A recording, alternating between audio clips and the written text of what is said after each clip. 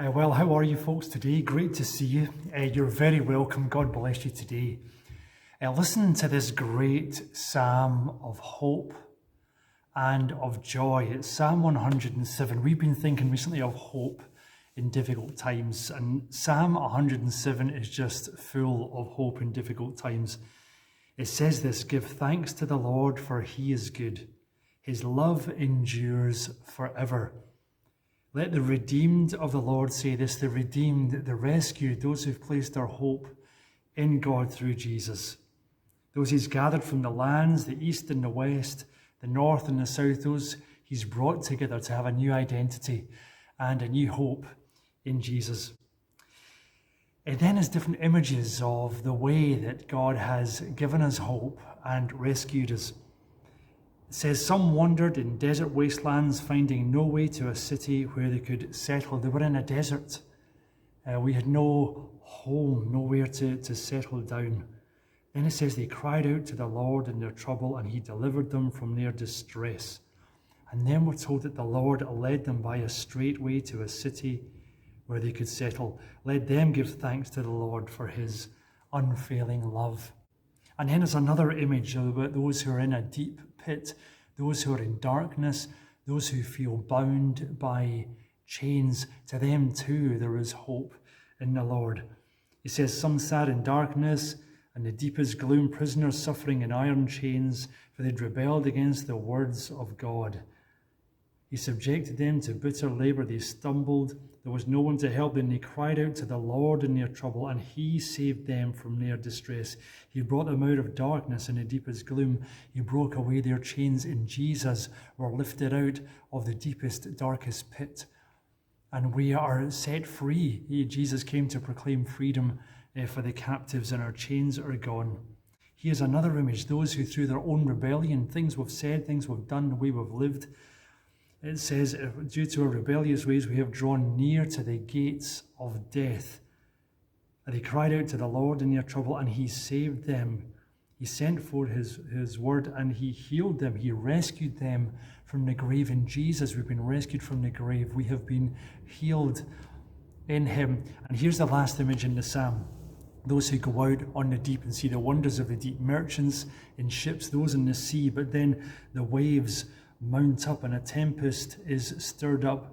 They mounted up to the heavens and went down to the depths in their peril. Their courage melted away. They reeled and staggered like drunken men. They were at their wits' end on the sea in the midst of this storm. But then it says, then they cried out to the Lord in their trouble, and he brought them out of their distress. He stilled the storm to a whisper. The waves of the sea were hushed. They were glad when it grew calm, and he guided them to their desired haven. Let's give thanks to the Lord for his unfailing love. It's as if we're in a storm, in a tempest, all at sea, with the waves and the wind buffeting us. But it reminds us of Jesus again, who, when the disciples were with him in a boat, he hushed the wind, he stilled the waves, and we were taken to the shore that we needed to be. Jesus is with us. We have hope. It says, whoever is wise, let them heed these things and consider the great love of the Lord. And as the psalm begins, give thanks to the Lord, for he is good. His love endures forever.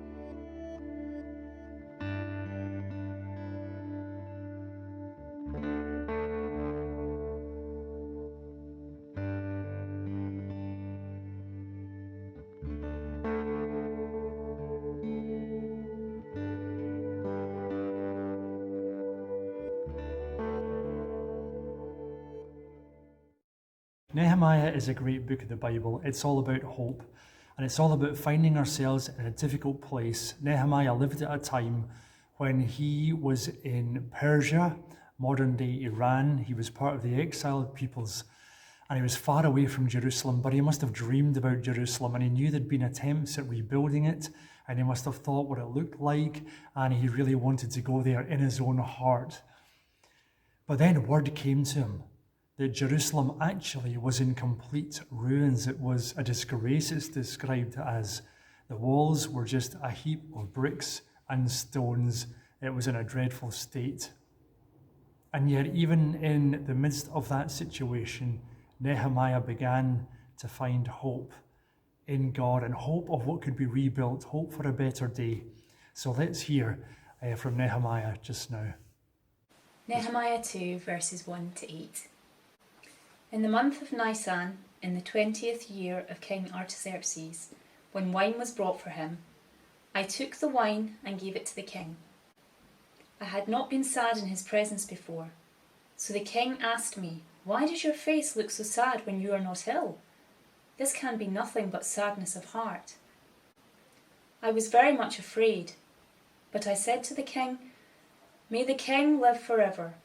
Why should my face not look sad when the city where my fathers are buried lies in ruins, and its gates have been destroyed by fire?" The king said to me, "What is it you want?" Then I prayed to the God of heaven, and I answered the king, "If it pleases the king, and if your servant has found favour in his sight, let him send me to the city in Judah where my fathers are buried, so that I can rebuild it."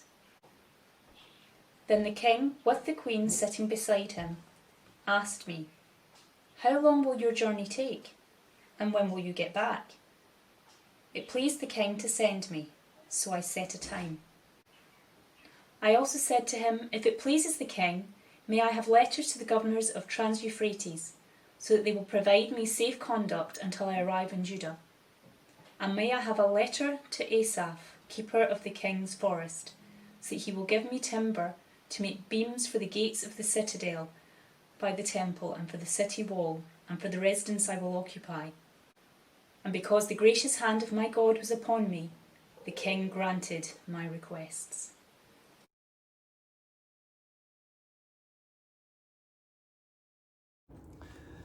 Well, I wonder if you like art. I wonder if you like paintings, or maybe going to a gallery and looking at paintings. As a wee boy, I used to love doing that at Kelvin Grove Art Gallery when I lived near there. There's a great painting by a French artist. I'm going to try and pronounce his name right. It's Théodore Géricault. I don't know if I've got that quite right. Désolé pour mon français. But he, a couple of hundred years ago, painted a scene from a shipwreck, and I was reading about this in a book recently that got me thinking about it. It's the Raft of the Medusa, it's called.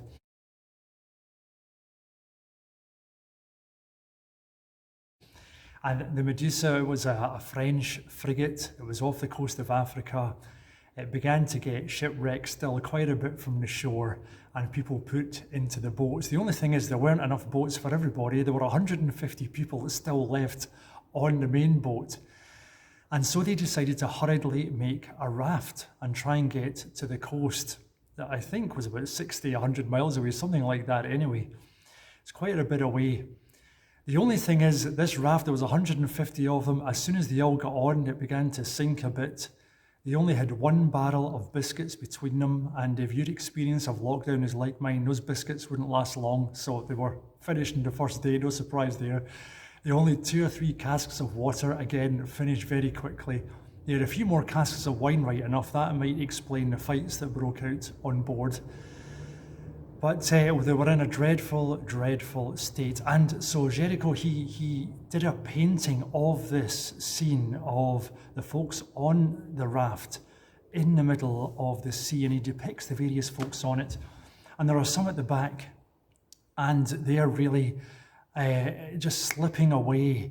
It's as if death has almost overcome them. They're in a really bad place, and there's a dark wave at the side kind of looming over them as if it's about to crash over them. And you can just see in their faces that really all hope for them is gone. Their backs are to the horizon.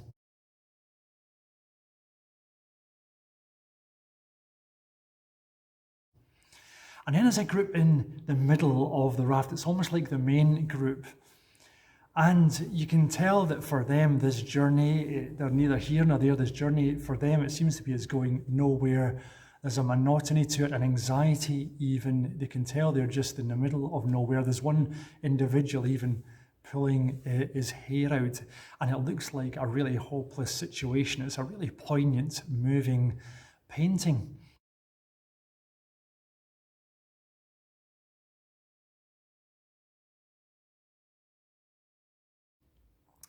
And it's interesting thinking of the figures on those that raft, and thinking of the whole theme of hope. I wonder how you're feeling at the moment. It's as if we're all in it together.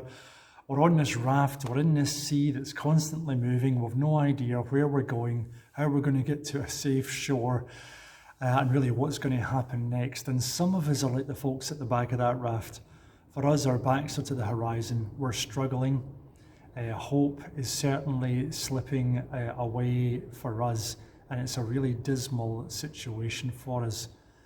And for others of us, well, we're maybe in the middle of the raft, neither here nor there. This journey seems to be going on and on, no sign of getting anywhere fast. Maybe some of us are even pulling our hair out with the whole thing, maybe anxious, maybe just disillusioned.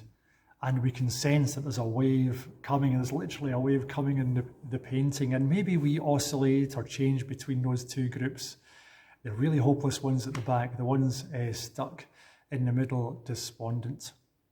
Well, the thing is, there's hope with God, even in a difficult situation. And as we were reading in Psalm 107, those who were on the high seas, if you remember, it said that they cried out to the Lord in their trouble. He brought them out of their distress. He stilled the storm to a whisper.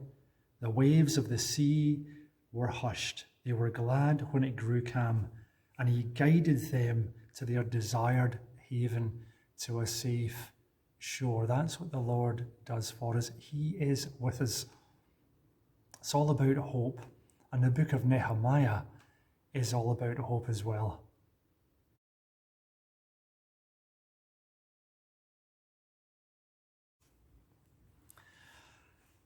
So yes, the book of Nehemiah is all about hope in difficult times. He wasn't on a raft at sea, he wasn't in the sea like Jonah or anything like that. No, he was in Susa, he was in Persia, he was a cupbearer to the king. He served in the royal palace to King Artaxerxes, but he'd heard about Jerusalem and the state that it was in. And at the beginning, he started off like the folks at the back of that raft in that painting.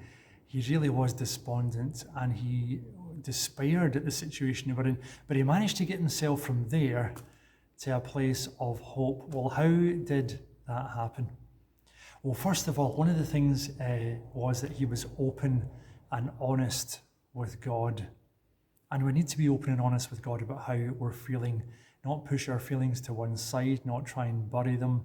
We need to be authentic before God, not try and compartmentalize our lives so we only bring certain parts of our life before God, or certain parts of our emotions before God even, and leave the rest away as if God's not interested in them. He is interested. He's interested in the whole of you and how you are feeling.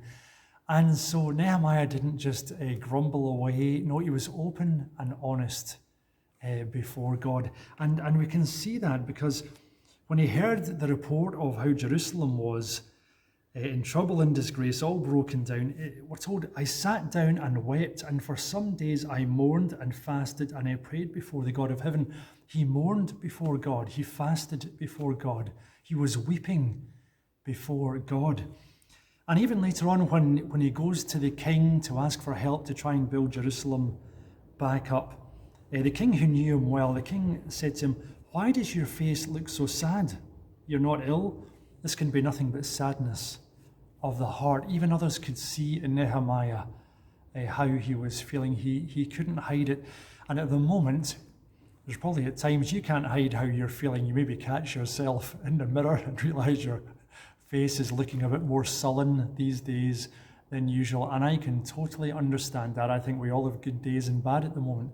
And although we've got masks to cover our faces up at times, Jesus said when we come before God, he says, don't be like what the Greeks called the Hippocrates, the mask wearers, the actors. He says, don't wear a mask before God, just come as you are and how you're feeling. So Nehemiah was open and honest before God. The other thing was that he talked with God. He prayed. He prayed to God. And prayer is often described as a conversation between friends. And therefore he came to God and told God how he felt and explained to God just exactly where he was. We're told that for some days I mourned and fasted and prayed before the God of heaven. His reaction was to pray. He knew that God loved him, and God does love us. And he loves for us to come before him and talk with him. He loves to listen to us no matter what is on our heart. And Nehemiah prayed as he went along. The king said to me, well, what is it you want? And Nehemiah explained that Jerusalem was in ruins. And the king said, what is it you want? And we're told before Nehemiah even said anything to the king, he says, then I prayed to the God of heaven, and then I answered the king. He had a heart of prayer. Prayer is a good thing for us. Prayer changes many things in the world, and one of the things it changes is us, of course. God says, draw near to me, and I'll draw near to you. We're to be open and honest before God, and we're to pray to God. Two of the key things for Nehemiah, going to a place of hope. And the third thing was that he trusted in God throughout. He trusted in God's faithfulness. He trusted in God's love. He knew that God was a loving God. No matter what was going on, he could trust in that. And in fact, when he begins to pray, he says, O Lord God of heaven, the great and awesome God who keeps his covenant of love with those who love him and obey his commands. He trusted in God's love. I once heard it said, don't doubt in the dark what you've known to be true in the light.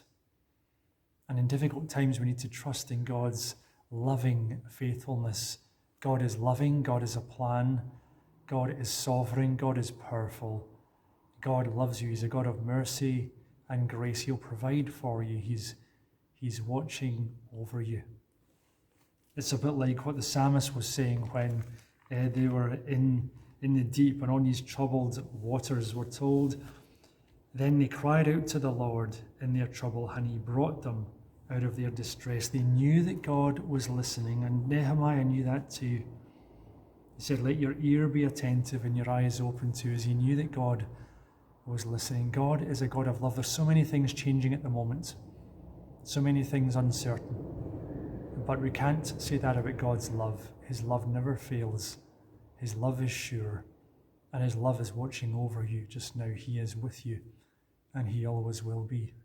And if we're open and honest before God, talking with God in our heart, even if we can't find the words, even if it's just deep calling out to deep in our heart, and if we're trusting in his love, slowly but surely we'll move from a place of despondency to a place of hope.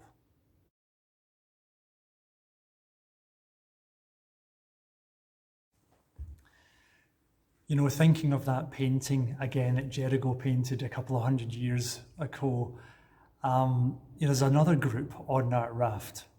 Yeah, there's a group at the back and a group in the middle, but there's another group, and those are those at the front.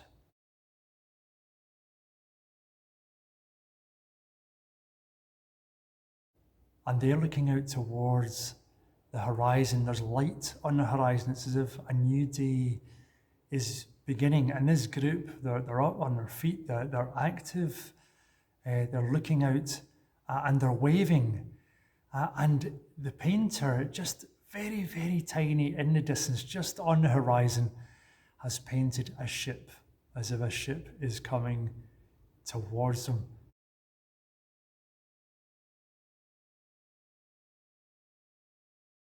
That group at the front, they've got hope. And interestingly, survivors on that raft, they were saved actually. They managed to save some of the survivors from the ship, and they lived to tell their tale of everything that they went through. And interestingly, at that group on the front, some of them are turning round and encouraging those behind him, saying, look at what's coming towards us. There's hope after all. Well, Nehemiah went from a place where he was despondent to a place of hope, and now he's looking up and he's looking out, and he knows that God is with him, and he's beginning the process of rebuilding.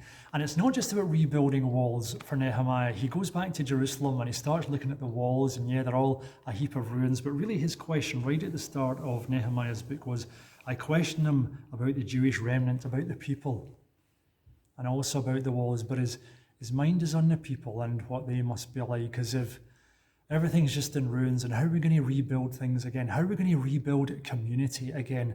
And we've got to think about that. How are we going to rebuild community again? I guess our church community, but our workplaces, our neighbourhoods, our city and nation.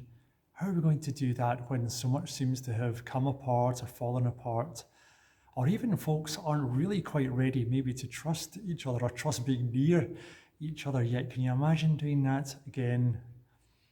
Well, we need to think about that. Nehemiah is a book all about rebuilding, restoration, and about hope. It's a great book, so I hope to journey through that together with you. For Nehemiah, so many of the treasured institutions had gone, but they were going to rebuild a new way of doing things and rebuild their community. Once again, it says in Isaiah 58, verse 12, your people will rebuild the ancient ruins and will raise up the age-old foundations. You will be called repairer of broken walls, restorer of streets with dwellings. It's about community being rebuilt again. It's about life and health and joy and hope. And as it says in Psalm 107, give thanks to the Lord, for he is good. His love endures forever. May you know God's love, and may you know God's hope in the midst of everything that we're going through, for he is with you and you are his.